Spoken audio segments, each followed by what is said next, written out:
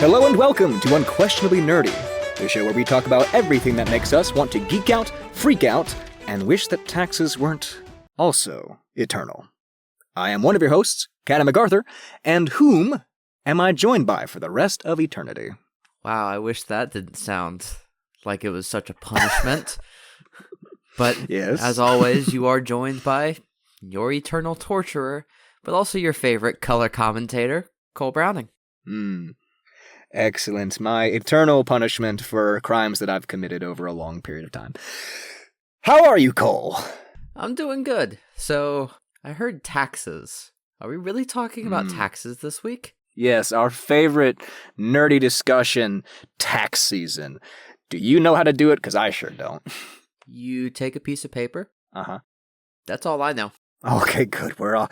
Well, Cole, we should have plenty of time to figure it out because we're talking today about immortality. Ooh, I love immortals. Yes, and we're clear, we're going to exclude any spoilers for any recent Netflix shows that some of us haven't watched. Cole?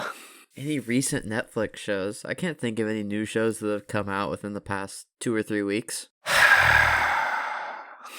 Generally recent. Some that may involve immortality and may not have been seen by one of our hosts. Oh, that's right. Yeah. So at some point, I'm just gonna start talking about The Sandman. For those of you who haven't watched it, and you're gonna hear me. You won't. I will take out my headphone and not listen. You know, I think that maybe me going on a 10-minute rant about dreams and all of the dreams. Cole, I edit these episodes. I know what you say. I can't escape it. All right, fine. I'll stick to talking about other immortals. Good. Well, there are plenty of immortals to talk about, Cole. Do any pop into your head when we first, bring up the topic of immortals, immortality, stuff like that? First thing that pops into my head are the Highlanders. Yes. And basically, those kinds of immortals, that's the first thing that pops into my head. The gods, specifically the gods from, Percy Jackson. Yep. And, all of those, Rick Riordan properties. Those pop into my head as immortals. Really just kind of the Greek gods and Roman gods in general. Mm-hmm. Wonder Woman. Yeah. Is another one that pops into my head, but those are basically the main ones for me. Yeah, for sure. There's certainly some good, proper, popular culture examples of them, especially even you mentioned the Greek gods and Roman gods and other deific figures that have been around forever and continue to stick around and show up in stories like Wonder Woman and like Percy Jackson and other such properties and franchises. But when we think about immortality, when you really look at it from the outside, there are multiple types that you can put immortal characters into. And so I wanted to go through a couple of these types and discuss some examples of figures that fit into these categories or types. Sure. I was going to say, I can't think of really any types. I just think of they don't die from old age. Exactly. Well, the first type I had in mind, like you were saying, are the deific figures, like Greek gods, Roman gods, Egyptian gods, and other such entities that are just naturally, inherently everlasting. And you see it in Judeo-Christian mythologies and belief systems. You see it in Celtic myths, lots of immortality going around in there. And what's interesting about the deific figures is that they represent such facets of the world or of humanity that it of course makes sense that as embodiments of these aspects of the world and people, that they would stick around. And you mentioned Sandman. Without getting into spoilers, there are figures like Dream and Death that are everlasting, that are just fixtures of reality, like Zeus with storms or Ra with the sun, even though, really, when you look at it, nothing's immortal. We all die eventually, Cole. But also this is sort of neighboring on the deific figures, but we really have immortality and immortals as a very important plot point for the earliest recorded story ever, ironically, in a story that has lasted for centuries, and that being Gilgamesh. Do you know anything about Gilgamesh, Cole? I know the story is really, really old. Mm-hmm. I know he was a swordsman that had to be beaten in one of the Final Fantasy 15 DLCs. Also true. And I know the story is from somewhere in the Middle East. Yeah. That's basically my extent of the knowledge. Mm-hmm. Yeah, that sort of Mesopotamian part of the world. You're right, Gilgamesh is the earliest recorded story ever, unless you count, say, examples of cave painting and stuff like that.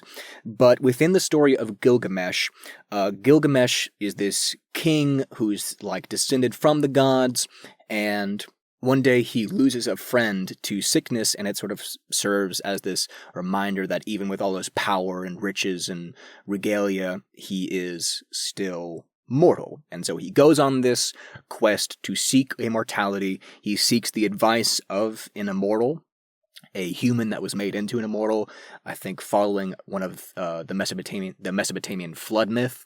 And he has to undergo all these trials of like, stay awake for 10 days, I think it is. Stay awake for 10 days, and then I'll show you how to become immortal. And of course, Gilgamesh fails and falls asleep.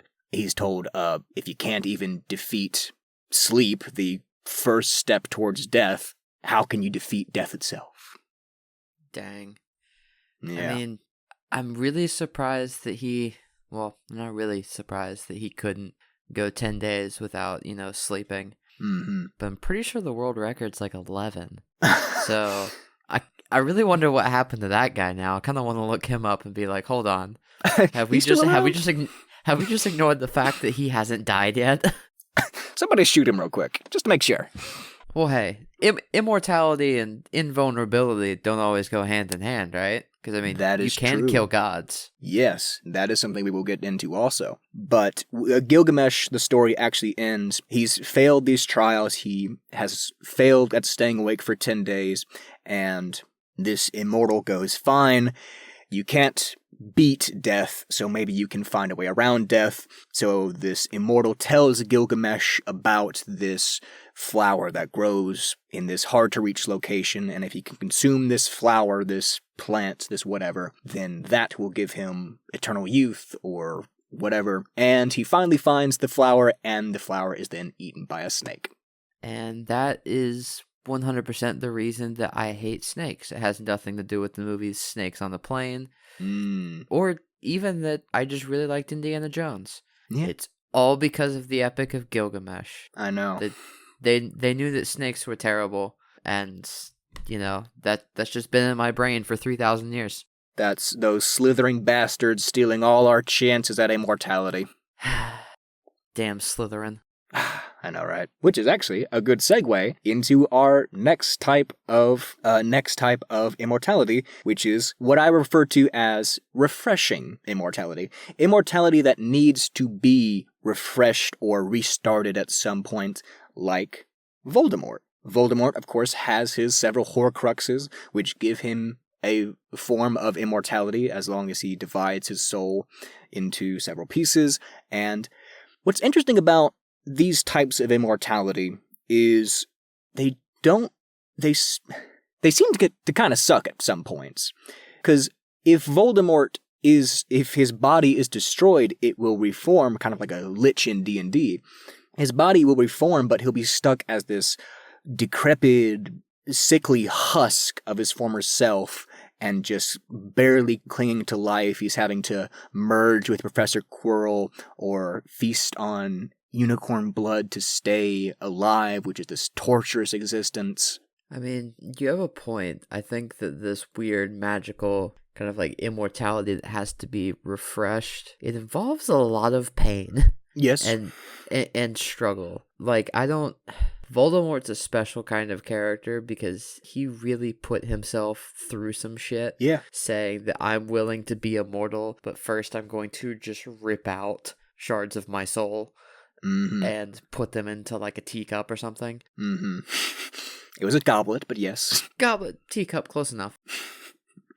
But yeah, I'm just very surprised that I think those people would actually choose immortality in this situation. Mm-hmm. But I think you kind of prove with the Voldemort example, it's probably not that common. Yeah. You have examples like Ra's al Ghul, or Ra's al Ghul, however you want to pronounce it, from Batman. Unless you're talking Christopher Nolan, in which it's more of a symbolic immortality. Ra's al Ghul in the comics has to continuously refresh and be driven further into madness by his immortality, and he's always trying to find a way around using the Lazarus Pit to escape this madness. He's trying to, like, get into the body of Batman, or I think in the animated Batman Beyond series, he's, like, in the body of his daughter. Yes, he's trying to find a new body, because at some point, the Lazarus Pit, its duration of how far back it ages you decreases the more you use it, as well as your sanity decreases. Yeah. So yeah, that Batman Beyond episode is actually one of my favorites.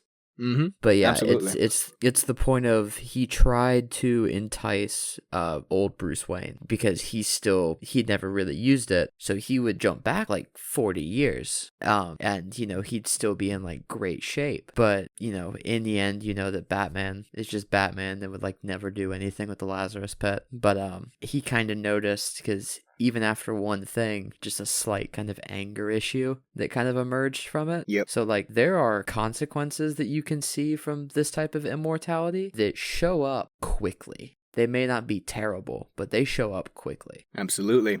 And hold on 1 second. Keep recording. I just got to answer something real quick on my phone. Keep recording, and we'll jump back in a second. Work stuff. Guys, there's even that metaphorical sense of immortality, where it may not be people that are immortal, but songs, stories, paintings. And if you really want to think about a song that would be immortal, I want you all to go back to the year 1990-something, when Batman and Robin came out. And yes, it's Batman and Robin. Maybe Batman Forever. Who knows? It may have been a year in between that. Either way, there was a promotion, like a promotional soundtrack, the theme song of one of those movies. And you saw a scarred man singing out about flowers on the top of a Gotham City building right next to the bat signal. And you're like, how could a voice this glorious ever disappear from the limelight? And truth is, it hasn't. Everyone knows it. Everyone knows Seal. And even if we don't recognize it in our normal lives, everyone wants to be kissed by a rose. I also want to say that, let's say all of your skin falls off, all of your flesh. Let's just say you're a skeleton. But then let's say you're still thinking as a skeleton, but you don't have a brain. That's weird how that works. But if your body is just incinerated other than your skeleton, but you're still walking around and you're you as a skeleton, you're still immortal. Remember that. Yeah. You still have a life to live, even though you can't eat. Or maybe swim. I'm not sure what the bone density of bones is. Yeah. You could probably... no. They wouldn't require you to pay taxes if you were a set of bones. Mm-hmm. You wouldn't have to shave if you were a set of bones. You may still have teeth if you have a set of bones, but remember, you don't need to eat. I'm keeping all this in. You'd be great at bowling. So, yeah, just remember, even though we're talking about immortality, as not losing mortal sacks of flesh, skeleton immortality is what the OGs did. They said, fuck meat. We're gonna go vegan for the rest of our lives. This will definitely go in at some point, if not right now. Please no. It will. It will definitely go in somewhere. But, yeah, let's jump back in. But yeah, it does seem like a lot of these examples of refreshing immortalities are somewhat torturous, but for some examples of less depressing examples of this, we have someone like the Doctor from Doctor Who, which is essentially a refreshing way, a refreshing manner of immortality, because we do establish in the Matt Smith era that there are a limited number of regenerations, but we also establish at that same point that he can be given more, which obviously is how the show has continued after Matt Smith. Wait, did the show actually say at some point that Matt Smith was the last regeneration? Yes, in Matt Smith's, it was like the special that was coming out for his last stint as the Doctor, and it was established that a Time Lord is given 13 regenerations, but the Doctor's then current companion, Clara, sort of pleaded with the Time Lords to bestow Matt Smith with more regeneration energy, and that allows Matt Smith, number 11, to go to Peter Capaldi, number 12/13, depending on how you count it. How you count it? Look, I know we probably don't have time until a Doctor Who episode, but I really want to know how you can say that 12 isn't 12 and 13 isn't 13. Okay, so we can definitely dedicate a full episode to Doctor Who, but to give you the short and sweet of it, are you familiar with the Day of the Doctor special with John Hurt? Not at all, but I'm just going to leave this to the comments. I expect all of you to keep track of it. If you don't see a Doctor Who episode soon, just start yelling for Cadden to get one. Yes, for me to get one. Thank you, Cole. But yeah, the Day of the Doctor special a couple of years ago now established that there was a secret Doctor, a regeneration that he hid. So we have New Who that started out, I think, in 2005 with Christopher Eccleston, followed by David Tennant, followed by Matt Smith. But it was revealed in the Day of the Doctor special that prior to Christopher Eccleston's run, there was actually a Doctor who was played by John Hurt. And this is, not to give spoilers for people who haven't seen the Day of the Doctor, but it's established that he hid this regeneration, the secret of this regeneration, because John Hurt's Doctor is kind of referred to as the War Doctor. And so that's why Peter Capaldi can kind of be considered number 12 or number 13. And see, this is why immortality gets confusing. Because, I mean, do people really even consider the Time Lords immortal? Because, I mean, they go bipolar quickly. How many other immortals do you know are just crazy? Actually, that is a good point. Ra's al Ghul is also crazy. You know, maybe craziness is the bar for the second form of immortality. Are they a nut job? Yes, that is a good qualification for an immortal as to how crazy are you? Are you crazy because you're trying to achieve this, or are you crazy because you've achieved this? Very, very true. So, please tell me that this third one doesn't have to do with any crazy people. Sorry to inform you, but for our next example, we have what I've listed as the Invincibles, and under that category we have certain comic book characters like Wolverine, Deadpool, there's your crazy, and Hulk, which are fairly immortal, depending on which continuity you look at. Obviously, in movies like Logan does eventually die from adamantium poisoning, and you have Hulk, who just, in several comic runs or what-ifs, has been revealed to be the last being on Earth after everyone else is gone. Yeah, the Hulk the End is definitely a really good comic to talk about. Yeah. Especially for immortals, because it basically comes to that point of Hulk is immortal. It's impossible to kill Hulk. And it's impossible for Hulk to die of old age. Yes. But it also brings up a good point of, as you learn towards the end of it, Banner and Hulk are still very separate and entities, and that, one or both of them may not be able to exist without the other. Right. But I will say that Hulk the End, for any listeners that haven't read it, should definitely read it, because it is one of the best character-driven stories to understand the relationship between Hulk and Banner. Oh, yeah. And it may also help with explaining why the Hulk is one of the strongest and just most invincible things in the Marvel universe. Absolutely. It's a very depressing story. He's kind of like a Prometheus figure in that, because isn't he at several points like torn apart and consumed by these mutant insects and then regenerates the following day? Yeah, so that's basically what the Hulk is in the story. Yeah. Is he gets killed by the mutant insects, but Hulk actually isn't the Prometheus figure, because in no way does it really say that Hulk cares that he's getting killed or not. Yeah, true. Since he knows he's going to come back. Yeah. The Prometheus figure that's kind of suffering from immortality is actually Bruce Banner in the story. He's right. I think he's almost 200 in the story, and at a point that because he's connected to the Hulk, he's outlived nuclear holocausts, basic old age, any sort of poisoning, gunshots, whatever, because he can change into the Hulk right before any of that happens. Yep. So he's really more the Prometheus figure, is he gets tortured because every single time he wants to die, he can't. That's a good point. And in a somewhat similarly depressing story, we have Tuck Everlasting and the Tucks, also invincible and everlasting, as the title suggests. Have you ever read or seen the film of Tuck Everlasting? No, I was going to ask if it was like a teen CW series. No. At one point. No, it was actually more serious of a movie.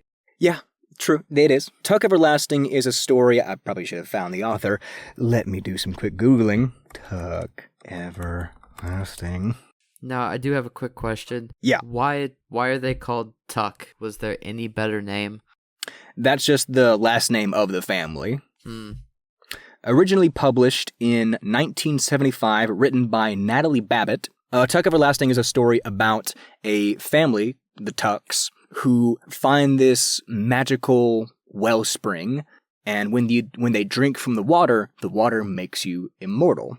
And the story is essentially all about how life should be appreciated and not looked past, and how immortality is actually a bad thing, which is a very popular idea for stories about immortality. And there is a film on it. It stars Ben Kingsley, of course. And it's a pretty good film, and it's a very solid book. I read it, I think, like in 3rd grade, and it's a lot of it gets lost on you as a 3rd grader. It's more of just like a neat little, very quiet story with an interesting surrounding idea of appreciate life. It tells the story, the theme, that life is appreciated because it ends. Man, that's crazy. That's not at all like any recent Netflix series. No, it's not. I wouldn't know, but I'm sure it's not. Don't worry, you can find out soon.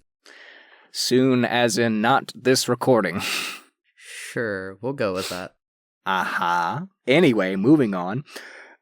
You mentioned skeletons and the undead during that clip. We'll definitely include. And on that subject, we have an example of another invincible immortal being Barbossa and the crew of the Black Pearl in the first Pirates of the Caribbean movie. And this is another example of a torturous existence brought on by immortality. They can't eat, they can't taste, they can't enjoy passions, and they are horribly decrepit and hideous in the moonlight. Yeah, I think I kind of throw that in with the second one of people that are basically with the refreshing? Kind of with the refreshing one, because it's just something that can be taken away pretty easily, I guess. Like there is a very specific, you got it because you did this thing, and then it can be taken away by also doing this thing. I think that's something if people can hit immortality just by stealing that gold or whatever it was. That's true. Yeah. Yeah, I think the difference though between some forms of the refreshing immortality and kind of the Barbossa one is they literally couldn't die while they were kind of in this like skeleton curse. Yeah. Like a lot of times you separate immortality and invulnerability, like we were talking about, and like you could kill Ra's al Ghul. Yeah, you could revive him with the Lazarus Pit, which is its own thing. But you could kill him. You could kill Voldemort. Once you basically killed the Horcruxes, and then with Barbossa, you could kill him after you kind of broke the immortality Yeah. that they had, but they didn't age, but they were also invulnerable while they weren't aging. Mm-hmm. And not to bring the rated R approach to any fun family movie, Yeah. but if someone accidentally shot one of the Tucks, I do think they might have just died. No, that's a thing, because the villain, played by Ben Kingsley, does shoot them, and they survive. Wow. Yeah. And this is like a children's movie? Yeah. Oh my God. Yeah. The whole climax of the plot involves the mother of the family has been arrested and is going to be hung. So they have to save her because she's not going to die, and that will reveal their immortality to the public. Jesus. I know. This is very serious for a movie that was probably meant for elementary schoolers. Yeah, I read it in 3rd grade. That is insane. You should read it. It's a good book. Book, sure. Movie, probably the way to go. Yeah, fair. But on the subject of ending immortality, kind of like you were saying with Barbossa and assumer with the Tucks, we have the final type of immortal that I've listed, and that being the destructible. And what these are essentially like, they'll live forever. They're biologically immortal, but there are ways to kill them. And for such examples, we have the Highlanders, as you were saying. Very clear way to get rid of them, chop her head off. Yeah, but they also won't die of anything else. That is true. You have to chop the head off, and it has to be chopped off, I'm pretty sure, by another Highlander. Is that a thing? In like this crazy duel. Yeah, I don't think that non-Highlanders can kill them. Okay. But it may not be that way. Who knows? There were many movies after the first one. Yeah. We ignore really any canon set up by the second one. Sure. The second Highlander movie doesn't exist. I'll take your word on it. But yeah, I know that Highlanders are very specific. You have to cut the head off. Yes. Completely. Yep. Like it has to be clean. You can't just let it, kind of tear itself and fall off. Mm-hmm. Because for those of you who haven't seen it, guess what? If you don't cut it off clean, you can just stitch your head back on. Yeah. That movie is fantastic for how, a mortal fight should actually go. But honestly, the weird thing about it is that, I guess, kind of throw a wrench in this fourth designation. There is another way to kill a Highlander. Oh, really? And there is, and that's actually by old age. Oh. Yeah, so one of the things that they kind of set up in the first movie was that when you win the tournament, mm-hmm. the prize is that you are now mortal. Oh. With a few other things, but... Sure. Yeah, but that's basically the prize. So their immortality isn't forever. It has like a very set time. Yeah. Because even the entire movie, I think, is around the quickening. Mm-hmm. And that's basically bringing them all together, saying this tournament, this whatever, has to end now. So their immortality actually has they can't live forever. There's a very set kind of timetable to how they're running. But we basically call it immortal because most of the Highlanders have lived for at least 500 years. Interesting. Well, I'll just take the Highlanders off this list here. Disqualified. Hey, I'm pretty sure they're called immortals. Suck it. So you should keep them on. They're still great. Bad term. Nope, doesn't work. Sucks for Highlanders. Well, the Highlanders are still the favorite. Sure. Speaking of sucking, Cole, we have our next examples, and that just being general vampires. Please never say the word sucking ever again. I don't care how you use it. Just don't. Sucking. Please. All right, that was weirdly traumatizing. Good. But kind of like being attacked by a vampire. I don't know. Like, would you be traumatized if you were attacked by, like, Tom Cruise or Brad Pitt from Interview with a Vampire? Like Lestat or Armand? That's exactly the example I had. Under vampires, I have listed Lestat, Louis, and Claudia from Interview with a Vampire. Yeah, they No, I don't think that would be traumatizing at all, especially with those vampires. That's fair. But I do think that vampires should technically count as immortals. Mm-hmm. Even though, they technically also fall into the undead, I think that they're definitely the one that still retains, the function to think, feel emotion, desire things, stuff like that. So, I mean, I like vampires being immortal, but I'm not really sure. Well, no, they don't even age, do they? No, that's Claudia's whole thing. Claudia is a mature adult at some point within the film, but is trapped in a little girl's body. Yeah, Man, I think they definitely have the best part of immortality in terms of, not aging, kind of with the Highlanders, and with gods. I definitely think they have it better than, like Ra's al Ghul, Voldemort, and those kinds of guys. But, damn. Mm-hmm. Immortality really do suck if you're not the right age that you want to be. That's true, and like with vampires, they probably have like the worst list of weaknesses when it comes to immortality. And I'm sure we'll have a full episode on vampires as a subject. But you've got just like so many weaknesses with sunlight and crucifixes and other holy items, garlic and stakes through the heart, and having to count specks of rice that are spilled on the floor beneath you, having to wait to be invited into a household. Wait, hold on. You have to count specks of rice if they're dropped? That is indeed a part of some vampire folklore. If a bag of rice or grain or sand is spilled in front of them, they have to kneel down and count every grain. Yeah, so vampire immortality sucks even more now. Yeah. Because I could never walk into the outdoor section of a Lowe's. I know. The outdoor section of a Home Depot, a Chinese buffet. Can never go to a baseball game, no sunflower seeds. Yeah, no baseball game. If we really want to extend it, no movie theater because people are dropping popcorn. Yeah.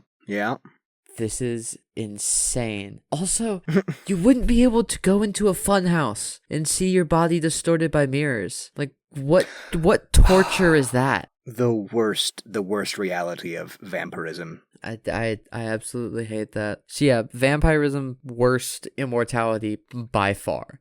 Yes. I can't deal with not having good food. That is true. I would agree. Man, I was so hoping that being a vampire would be cooler. I know. I still stick with it, though, that being a Highlander is pretty cool. That's fair. Just, depressing and very lonely, apparently, unless you infect a whole bunch of other vampires and or befriend a Highlander who doesn't want to cut off your head. That's a good point. Yeah. But with this idea of, like we said, we see this idea so consistently in stories about immortality, whether it's the oldest story in human existence or something as recent as Interview with a Vampire. We see this theme that immortality sucks and you should appreciate life. But what if we said, screw that, screw morals, what if we made a plan, Cole? Of how to be immortal? Of how to navigate our immortality that we're definitely going to get or have gotten. The audience doesn't need to know that. All right, well, first things first, and this is the most important thing. Yes. We got to win one of those, like, Publishers Clearinghouse, like, amount of money every single week for life. Yes, that is true. Because then we'll just break the system. Yeah. So that's the first thing we have to do, is win something from Publishers Clearinghouse. Sure. So, I think you've got a great plan. I think you've got a great setup already. So to give us more of a put it down on paper kind of plan, why don't we do this? What you tell me your plan for the next 100 years, the next century, and then tell me your plan for the rest of eternity. And to give you some time to think, I've prepared a little bit of a plan on my end for the next century and the next forever. So I'm going to give you time to think, and I'm going to tell you and the audience a little bit about my plan. All right, go ahead. So for my next 100 years, I think this is going to get a little sappy, but, get over it. It's our show. We do what we want. So for the next 100 years, I think I would really start off with just taking some time to enjoy myself. Like we think about getting a bucket list done, and like if tomorrow we were told by our doctors that we have 2 weeks to live, we would rush through everything. But really, if you no longer have a time limit, if you don't need to hurry to get where you're going, why not take some time to enjoy yourself? Money won't be a problem because you have a literally infinite amount of time to make money, so just spend what you've got now, go on a vacation, do something, chill out, quit your job, do whatever. And then, once you've spent some time for yourself, maybe a couple years, maybe even a decade, because you've got the time. After that, or maybe during it, I'd probably spend some time with my loved ones. Like I said, very sappy, but if I am going to outlast them, you have that inclination to make the memories you have with them stronger, right? Sure. Uh-huh. Yeah, we'll go with that for right now. Sure. But, so in terms of making money, I actually had a bit of a fairly different idea than your publisher house winning spree. And my idea was to just do very dangerous jobs that don't present a threat to me because I'm immortal, and like jobs like deep sea diver that pays a bunch. Are we also going to include basic invulnerability in our immortality? Yes, that's a good question. What type of immortal are we? I'm going to say that we are invincible immortals. Okay, cool. Invincible immortals, and we do not age. Tomorrow we will wake up and our bodies will never change again, which is really sad because I've got to break out of acne, and it sucks that I have to deal with that forever. But considering that we are immortal, and we can just do all of these jobs with no harm to us, why not take the really high-paying jobs? Look at deep-sea divers. I heard this statistic somewhere that they'll spend like a month in a submarine doing their work, and then they have to spend like another month depressurizing the submarine so that they don't just rise right back up to the surface and implode from the pressure. So that's working, 4 months out of the year, because you get a 2-month break after that to recuperate, and you get paid a whole ton of money for like 4 months out of the year. And it's no worry to you. If anything, you can go down there and do your work for a month, and then or however long it takes you to do the work, and then just swim right back up because you're invincible and the water and the different pressures won't kill you. That is a great idea. Yeah. So I think that's just a pretty key way to, develop some money, do random diving jobs for a couple years, make some money, and then just have that accumulated wealth and make different investments, blah, blah, whatever money. So that's my next 100 years set out, Cole. But for the rest of eternity, that's a whole different issue. Because the next century, I'll get to spend time with my family and friends and loved ones and whoever. I'll get to get rich and famous. Hopefully not too famous, because people will be questioning why I'm immortal. But for the rest of eternity, you gotta invest in space travel, right? I guess. Yeah. Exactly. Make that a part of your plan. That's a correct guess, Cole. Good job.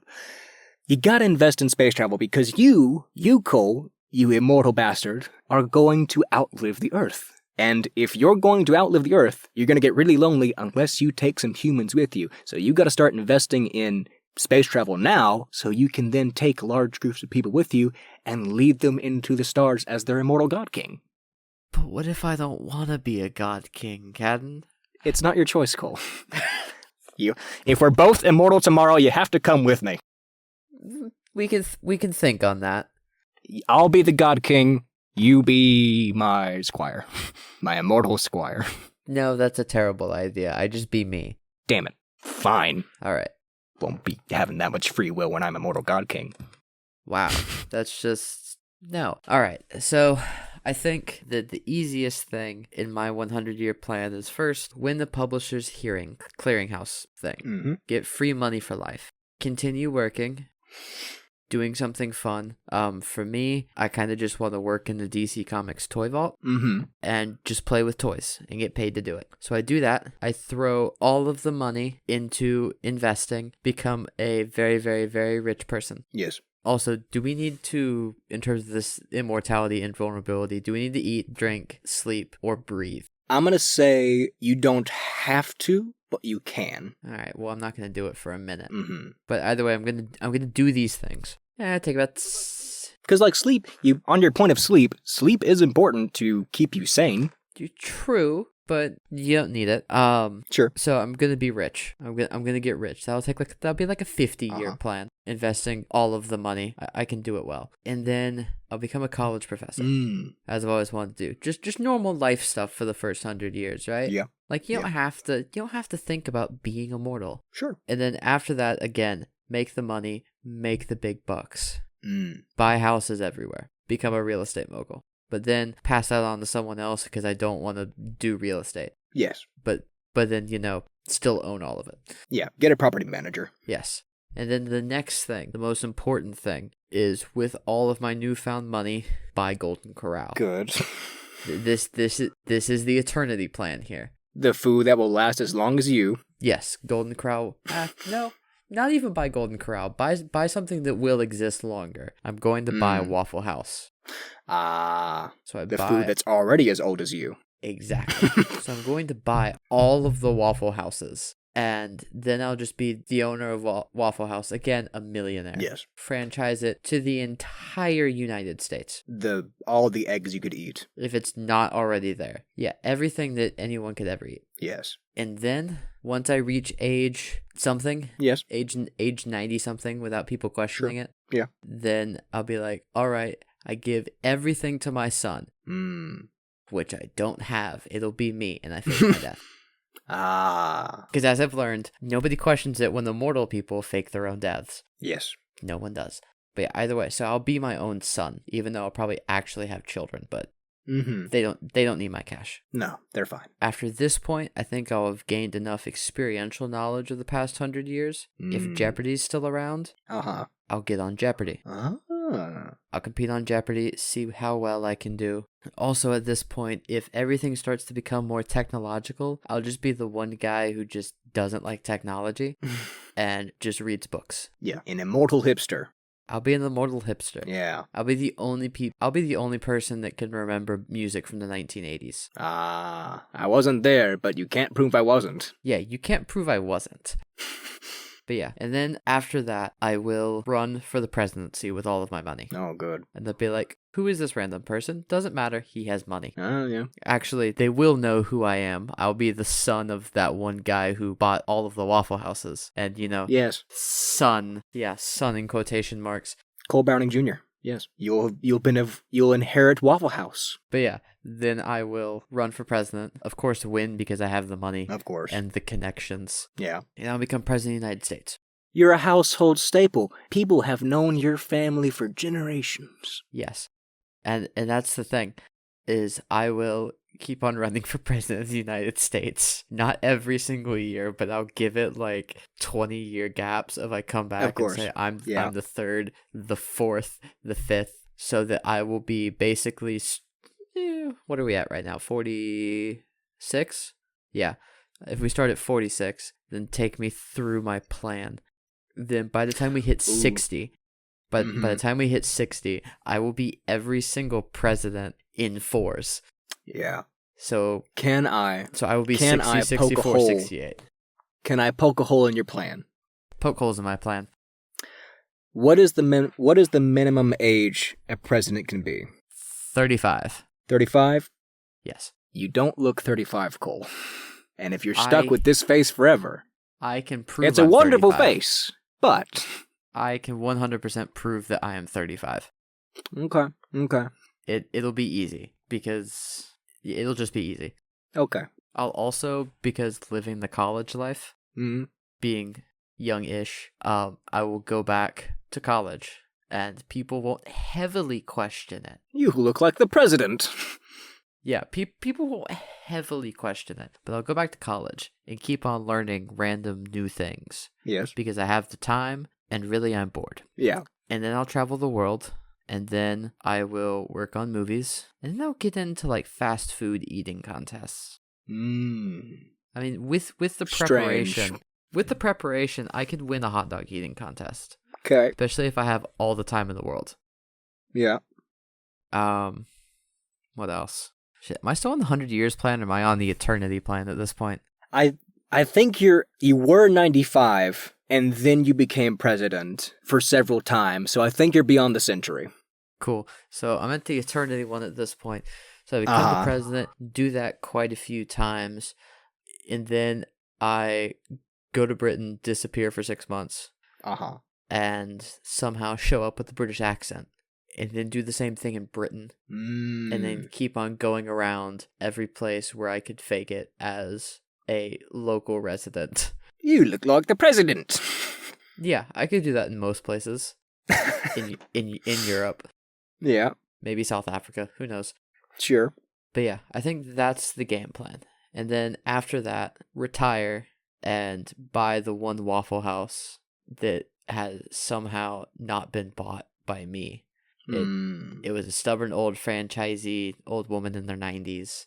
The singular blockbuster left. Yeah, right. Yeah. It would actually be right next to the singular blockbuster that's left. It would be in Oregon for some reason. Yeah. And it would always be a question of why it actually exists in Oregon. So I'd buy that. That would be all of the food I'd eat because Waffle Home. Although they cook anything, I would just hire personal chefs to just cook in a Waffle House. Yeah. And then... Sir, are you sure you don't want a gourmet chef? You have the money. No. Give me a breakfast bowl. No. I'd hire gourmet chefs. Okay. Right? But they just have to cook in that Waffle House. Okay. I want the atmosphere. I want the nice homely atmosphere. I understand. Yes. And then after all of that's done, play the latest Assassin's Creed game. Yep, because trust me, they're going to keep on making them. Yeah. Forever. Eventually, you'll be in them. Eventually, I'll be in them. That's true. You'll be an NPC, because enough history will have passed that you'll just be in history. That's true. So yeah, that's actually the ultimate goal now that you talk about it. I want to be an important NPC in an Assassin's Creed game. I see. Yes. That is my eternity goal. Space, not really. Also, finding a way to clone Ryan Reynolds and bring him back 500 years into the future. That is also one of my goals. Yeah, that's a good one. That's a good use of your time and money. That's a great use of my time. He could be your chef. No. Ryan Reynolds couldn't be my chef. He could be. Ryan Reynolds would just be the person that'd be like, just come have a beer with me. That's it. Have an aviation gin with me. Ah, yes, aviation gin. This is your legacy. Yes, it is your legacy. That and that time where you just happened to own a Welsh soccer team? Yeah. We brought them back too.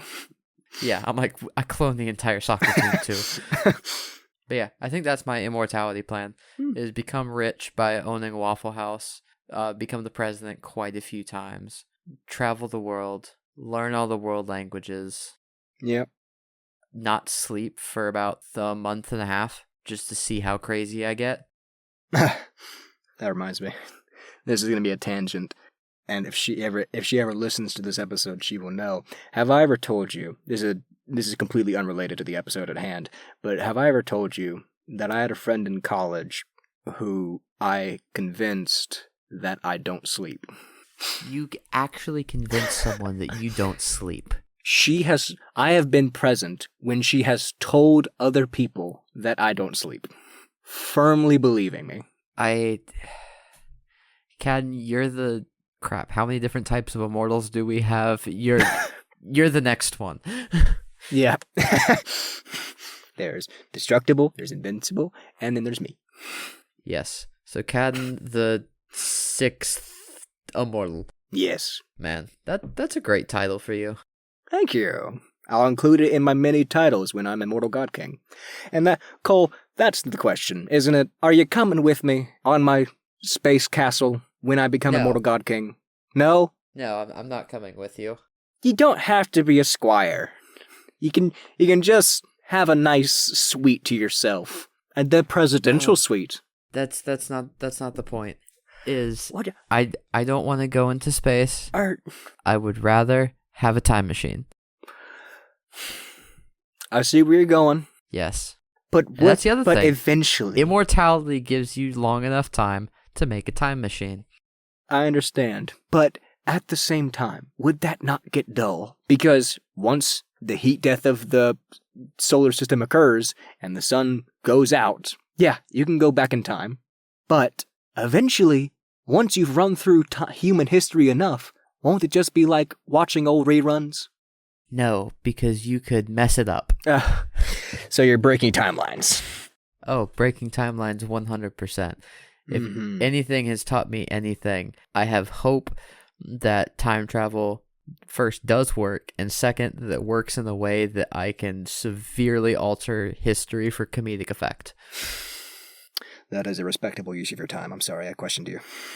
It is. And think about what's even better is there is a given in time travel that any time that hearts are broken because of time travel, you have to play Champagne Supernova by Oasis. That's also a good point. So just imagine having that on your kind of infinity playlist of this is the song that ends universes, ends timelines. I understand. Yeah. Yeah. Well. So all for the reason of me loving Oasis, time travel for the win. But I need a lot of time to figure it out. That's a good point. Well, there you have it, audience. I'll be Immortal God King moving into the future. Maybe Cole will take a break from time travel every now and again and join me. President Cole, the Time Lord. Oh. Maybe he'll take a break and come back to the future with me sometimes. Wait, that's the obvious thing. If I'm going to be immortal, why don't I do it? I need to find time to meet David Tennant. Yeah, I mean, that needs to go on the list, doesn't it? That's within the 100-year plan, adding it to the list. Yeah, that's now on every single 100 years plan for an immortal. David Tennant. Good. Okay, now it's a full list. But to round out this episode, Cole, I think we've got some pretty solid plans. Lots of playroom in there. Lots of room to become world leaders, galactic leaders of some kind. And to wrap up this episode, I just want to ask, immortality, is it worth it? Gadden, yeah, I believe that the answer to this question is a very simple one. It doesn't require much thought. And in order for you to hear my answer, I'm going to refer you back to something I've said long ago, which was in Sandman, episode 6 of season 1. No, Cole, I'm taking out my headphone. I get it. I know the theme. I get it. Well, there you have it, guys. Yeah. My answer is watch Sandman. You understand. Spend the rest of eternity watching Sandman. But yeah, I'd agree. It seems like a pretty shit existence, even if you are Immortal God King and or Time Lord President. But maybe you disagree. Here's our call to arms for this episode. Disagree with us or agree with us. Is immortality worth it? Would you take immortality? And if so, what are your plans? Your 100-year plans? Your eternity plans? And what type of immortal would you like to be? Which one's best? Are there some examples that we missed? Let us know. Also, for all of you listeners, as soon as you figure out what is wrong with Cadden's opinion of my immortality, all the Sandman people will get it. But as soon as you figure that out, call him out in the comments for me. I really want him to suffer for not watching this show. Now I've got to watch the whole show before we release this episode. I still think that he should suffer anyways. That's fair. So I probably deserve it. He does. I deserve my eternal punishment. Yes, your eternal punishment. The one person that actually decides to talk with you and shoot the shit about nerdy shit. Yeah. Me. That's pretty fitting. Well, Cole, anything you want to cover? Any last thoughts on immortality before we head out? Highlanders should still be included as immortals. Nope. That will always be my opinion. Nope. We've decided, Cole. Also, I think that everyone ignores the fact that, again, Wonder Woman and the Amazons are immortal in the DC universe, and when she shows up in DC's Kingdom Come comic book arc, she's still younger than Batman and Superman. So that's crazy. But also, I'll leave you guys with a question. Can immortals have immortal babies? Good question. Thoughtful question. All right. Any last comments from you? I think we've stated all we can state. All right, then. Well, this has been the eternal torture of Cad MacArthur. You guys have just listened to this podcast, so go out there and be unquestionably nerdy. Goodbye forever.